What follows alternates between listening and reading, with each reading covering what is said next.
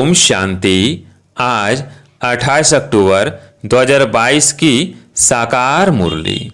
आज बाबा ने कहा, मीठे बच्चे, भोलानाथ बाप एक है जो तुम्हारी झोली ज्ञान रत्नों से भरते हैं। वही कल्प वृक्ष का बीज रूप है। उनकी भेंट और किससे कर नहीं सकते। प्रश्न, बौद्ध बच्चे बाप को भी ठगने की कोशिश करते हैं, कैसे और क्यों? उत्तर, बाप को यथार्थ न पहचानने के कारण भूल करके भी छिपाते हैं, सच नहीं बताते हैं, सभा में छिप कर बैठ जाते हैं। उन्हें पता ही नहीं कि धर्मराज बाबा सब कुछ जानता है। यह भी सजाओं को कम करने की युक्ति है कि सच्चे बाबा को सच सुनाओ। गीते भोलेनाथ से निराला। ओम शांति। बच्चे समझ गए हैं कि भोलानाथ सदा शिव को कहा जाता है। शिव भोला भंडारी शंकर को भोलानाथ नहीं कहेंगे, न और कोई को ज्ञान सागर कह सकते हैं। बाप कहते हैं, मैं ही आकर बच्चों को आदि मध्य अंत की नॉलेज अथवा ज्ञान सुनाता हूँ। तो एक ही ज्ञान का सागर ठहरा, न शंकर न अव्यक्त ब्रह्मा। अव्यक्त ब्रह्मा तो सूक्ष्म वतन में रहता है। बहुत इस बात में मूंझते हैं कि दादा को भगवान ब्रह्मा क्यों कहते हैं, लेकिन अव्यक्त ब्रह्मा को भी भगवान नहीं कह सकते। अब बाप समझाते हैं कि मैं ही तुम्हारा पारलौकिक पिता हूँ। परलोक न स्वर्ग को न नरक को कहेंगे। परलोक है परे ते परे लोक, जहाँ आत्माएं निवास करती है। इसलिए उनको कहते हैं परम प्रिय पारलौकिक परम पिता, क्योंकि वह परलोक में रहने वाले हैं। भक्ति मार्ग वाले भी प्रार्थना करेंगे तो आंखें ऊपर जरूर जाएंगी। तो बाप समझाते हैं कि मैं सारे कल्प वृक्ष का बीज रूप हूँ। एक शिव के सिवाय किसको भी क्रिएटर नहीं कह सकते। वो एक क्रिएटर है, बाकी सब उनकी क्रिएशन है। अब क्रिएटर ही क्रिएशन को वर्षा देते हैं। सब कहते हैं हमको ईश्वर ने अथवा खुदा ने पैदा किया है, तो उस एक ईश्वर को सब फादर कहेंगे। गांधी को तो फादर नहीं कहेंगे। बेहद का रास्ता बाप एक ही है। वही समझाते हैं कि मैं तुम्हारा पारलौकिक परम पिता हूँ। बाकी आत्माएं तो सब एक जैसी हैं, कोई बड़ी छोटी नहीं होती। जैसे ज्ञान सूर्य, ज्ञान चंद्रमा, ज्ञान सितारे, तो सूर्य चांद की साइज में तो फर्क है, लेकिन आत्माओं का साइज एक जैसे हैं। बाबा कहते हैं, मैं कोई साइज में बड़ा नहीं हूँ, लेकिन परम धाम का रहने वाला हूँ, इसलिए मुझे परम आत्मा कहते हैं। परमात्मा में ही सारा ज्ञान है। वह कहते हैं जैसे मैं अशरीरी हूँ, वैसे आत्मा भी कुछ समय परम धाम में अशरीरी रहती है, बाकी स्टेज पर जागती समय रहती है। तो जैसे तुम आत्मा सितारे सदृश हो, वैसे मैं भी हूँ। अगर मैं बड़ा होता तो इस शरीर में फिट नहीं होता। जैसे और सभी आत्माएं पाठ बजाने आती है, वैसे मैं भी आता हूँ। बाबा का भक्ति मार्ग से पाठ शुरू होता है। सतयुग त्रेता में तो पाठ ही नहीं। अब खुद आकर हमको पूरा वर्षा देते हैं।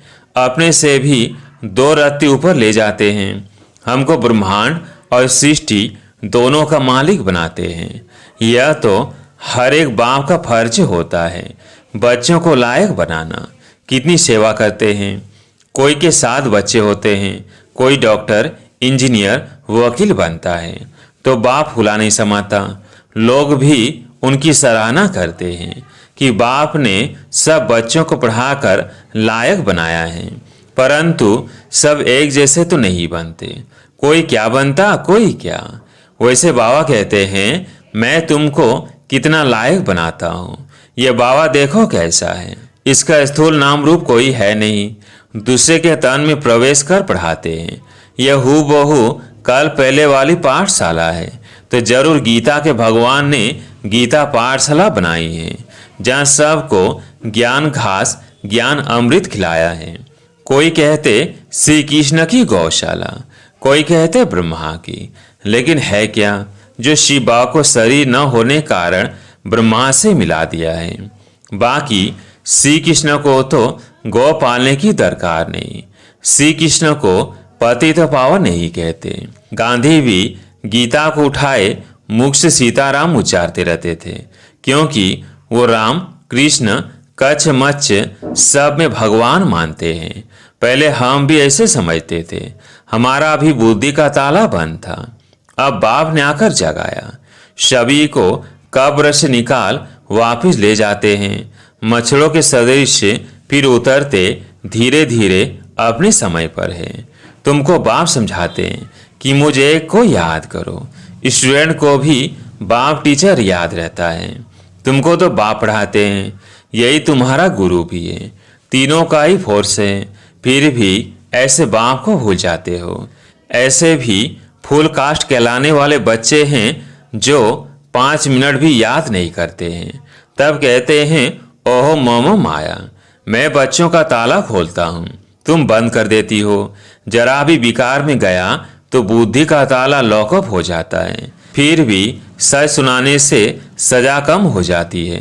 अगर आप ही जाकर जज को अपना दोष बताए तो कम सजा देंगे। बाबा भी ऐसे करते हैं। अगर कोई बुरा काम कर छिपाता है तो उसको कड़ी सजा मिलती है। तो धर्मराज से कुछ छिपाना नहीं चाहिए।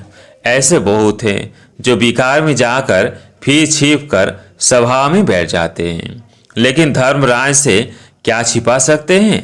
निश्चय नहीं है तो ऐसे बाप को भी ठगने की कोशिश करते हैं, लेकिन साकार को भल ठग ले। निराकार बाबा तो सब जानते हैं। तुम्हें इस तन से शिक्षा भी वही दे रहे हैं। तुमसे बहुत पूछते हैं कि दादा के तन में परमात्मा कैसे आते हैं। यह तो गृहस्थी था, बाल बच्चे थे, इसमें कैसे आते हैं? क्यों नहीं कोई साधु संत के तन में आते हैं? लेकिन परमात्मा को तो पतितों को पावन बनाना है, जो पुजारी से पूज्य बना रहे हैं। यह भी जैसे बाजोली खेलते हैं। ब्राह्मण ही देवता, फिर क्षत्रिय, वैश्य, यह वर्ण भी भारत में है और कहाँ वर्ण नहीं। अब मैंने 15 मिनट भाषण किया, ऐसे तुम भी समझा सकते हो। बाबा करके डायरेक्ट बात करते हैं। तुम कहेंगे शिव बाबा ऐसे समझाते हैं, शिव अलग है शंकर अलग है। यह भी साफ साफ समझाना है। यह है बाबा का परिचय देना। जब गवर्नमेंट का किताब निकलता है हु इज हु, वैसे ही who is who pre ordinated drama. हम कहेंगे ऊंचे तो ऊंचा शिव बाबा, फिर ब्रह्मा विष्णु शंकर, फिर लक्ष्मी नारायण राम सीता, फिर धर्म स्थापन करने वाले। इस रीति दुनिया पुरानी होती जाती है। तुम देवताएं वाम मार्ग में चले जाते हो। अब बाप आकर जगाते हैं, कहते हैं सब मेरे हवाले कर दो और मेरी मत पर चलो। सीमत तो उनकी कहेंगे। बाकी लक्ष्मी नारायण सीताराम जिनको याद करते वो सब वाम मार्ग में चले गए, और कौन सीमत दे सकता है? भक्तों की मनोकामना भी बाबा ही पूरी करते। भले कोई कच्छ मच में भावना रखे तो उनकी भी भावना मैं पूरा करता हूँ। उसका अर्थ यह निकाला है कि कच्छ मच सब में भगवान है। बाबा बहुत राज समझाते हैं, लेकिन समझने वाले नंबरवार है तो पद भी नंबरवार है। ये डीटी किंगडम स्थापन हो रही है, धर्म नहीं। धर्म तो दूसरे धर्म वाले स्थापन करते हैं। शिव बाबा तो ब्रह्मा द्वारा राजाओं का राजा बनाते हैं। राजाओं का राजा का अर्थ भी तुमको समझाया है। तुमको विकारी राजाएं पूछते हैं तो कितना बड़ा पद तुमको मिलता है। बाबा की मीठी मीठी बातें तुमको बहुत अच्छी लगती है, परंतु फिर उठकर चाय पी तो नशा कम हो जाता है। गांव में गए तो एकदम उतर जाता है। यहाँ तो जैसे तुम शिव बाबा के घर में बैठे हो, वहाँ बहुत फर्क पड़ जाता है। जैसे पति जब परदेश जाते हैं तो पत्नी आंसू बहाती है, वह तो कोई सुख देते नहीं। यह बाबा तो तुम्हें कितना सुख देते हैं, तो इनको छोड़ने में भी रोना आता है। बहुत कहते हैं हम यहाँ ही बैठ जाए, फिर आपके बाल बच्चे कहाँ जाएंगे? कहते हैं आप संभालो। हम कितनों के बच्चे संभालेंगे? लेकिन ठहरो, सर्विसुल बनो, तुम्हारे बच्चों का भी प्रबंध हो जाएगा। शुरू में थोड़े थे तो उनके बच्चे संभाले, अब कितने हैं? उनके बच्चे बैठ संभाले। उनसे कोई गुम हो जाए तो कहेंगे हमारा बच्चा गुम कर दिया। जिसको संभाले रखे वो भी कहेंगे हम औरों का कर्म बंधन क्यों संभाले। अच्छा, फिर तो एक ही शिव बच्चे को संभालो तो तुम्हारे बच्चे संभालेंगे। बाकी ऐसे बाबा को कभी फारकती मत देना। ऐसे बहुतों ने फारकती दी है, उन्हों को मूर्खों के अवतार कहें। बल कोई ब्रह्मा कुमार कुमारी से रूठ जाओ, लेकिन शिव बाबा से कभी नहीं रूठना। वह तो तुमको राज्य भाग्य देने आया है। अच्छा, मीठे मीठे सिकिलधे बच्चों प्रति माता पिता बाप दादा का याद प्यार और गुड मॉर्निंग। रूहानी बाप की रूहानी बच्चों को नमस्ते। हम रूहानी बच्चों की रूहानी बाप दादा को याद प्यार गुड मॉर्निंग नमस्ते नमस्ते। धारणा के लिए मुख्य सार। पहला पॉइंट, अपना सब कुछ बाप हवाले कर पूरा श्रीमत पर चलना है। कोई बुरा काम करके छिपाना नहीं है। जज को सच बताने से सजा कम हो जाएगी। दूसरा पॉइंट, बाप से कभी रूठना नहीं है। सर्विसफुल बनना है। अपने कर्म बंधन स्वयं काटने हैं। आज प्यारे मीठे बाबा का वरदान, संगम युग की हर घड़ी को उत्सव के रूप में मनाने वाले सदा उमंग उत्सव संपन्न भव। संगम युग की हर घड़ी को उत्सव के रूप में मनाने वाले सदा उमंग उत्सव संपन्न भव। कोई भी उत्सव उमंग उत्साह के लिए मनाते हैं। आप ब्राह्मण बच्चों की जीवन ही उत्साह भरी जीवन है। जैसे इस शरीर में श्वास है तो जीवन है, ऐसे ब्राह्मण जीवन का श्वास ही उमंग उत्साह है। इसलिए संगम युग की हर घड़ी उत्सव है, लेकिन श्वास की गति सदा एक रस नॉर्मल होनी चाहिए। अगर श्वास की गति बहुत तेज हो जाए या स्लो हो जाए तो यथार्थ जीवन नहीं कही जाएगी। तो चेक करो कि ब्राह्मण जीवन के उमंग उत्साह की गति नॉर्मल अर्थात एक रस है। आज के स्लोगन है, सर्व शक्तियों के खजाने संपन्न रहना यही ब्राह्मण स्वरूप की विशेषता है। सर्व शक्तियों के खजाने संपन्न रहना यही ब्राह्मण स्वरूप की विशेषता है। अब सुनते हैं मातेश्री जी के अनमोल महावाक्य। मम्मा ने कहा, यह जब मनुष्य गीत गाते हैं, ओ गीता के भगवान अपना वचन निभाने आ जाओ।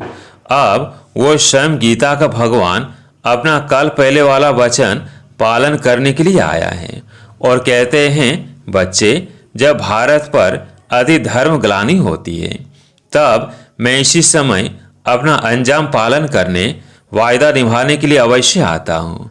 अब मेरे आने का यह मतलब नहीं कि मैं कोई युगे युगे आता हूँ। सभी युगों में तो कोई धर्म ग्लानि नहीं होती। धर्म ग्लानि होती है कलयुग में। तो मानो परमात्मा कलयुग के समय आता है और कलयुग फिर कल्प कल्प आता है। तो मानो मैं कल्प कल्प आता हूँ। कल्प में फिर 4 युग हैं। इसको एक कल्प कहते हैं। आधा कल्प सतयुग त्रेता में सतोगुण सतो प्रधान है, वह परमात्मा के आने की कोई जरूरत नहीं। और फिर तीसरा द्वापर युग से तो फिर दूसरे धर्मों की शुरुआत है। उस समय भी अति धर्म ग्लानि नहीं है। इससे सिद्ध है कि परमात्मा तीनों युग में तो आता ही नहीं है। बाकी रहा कलयुग, उसके अंत में अति धर्म ग्लानि होती है। उसी समय परमात्मा आए अधर्म विनाश कर सत धर्म की स्थापना करता है। अगर द्वापर में आया हुआ होता तो फिर द्वापर के बाद तो अब सतयुग होना चाहिए, फिर कलयुग क्यों?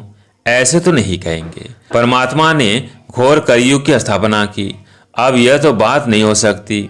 इसलिए परमात्मा कहते हैं, मैं एक हूँ और एक ही बार आए अधर्म का विनाश कर कलयुग का विनाश कर सतयुग की स्थापना करता हूँ।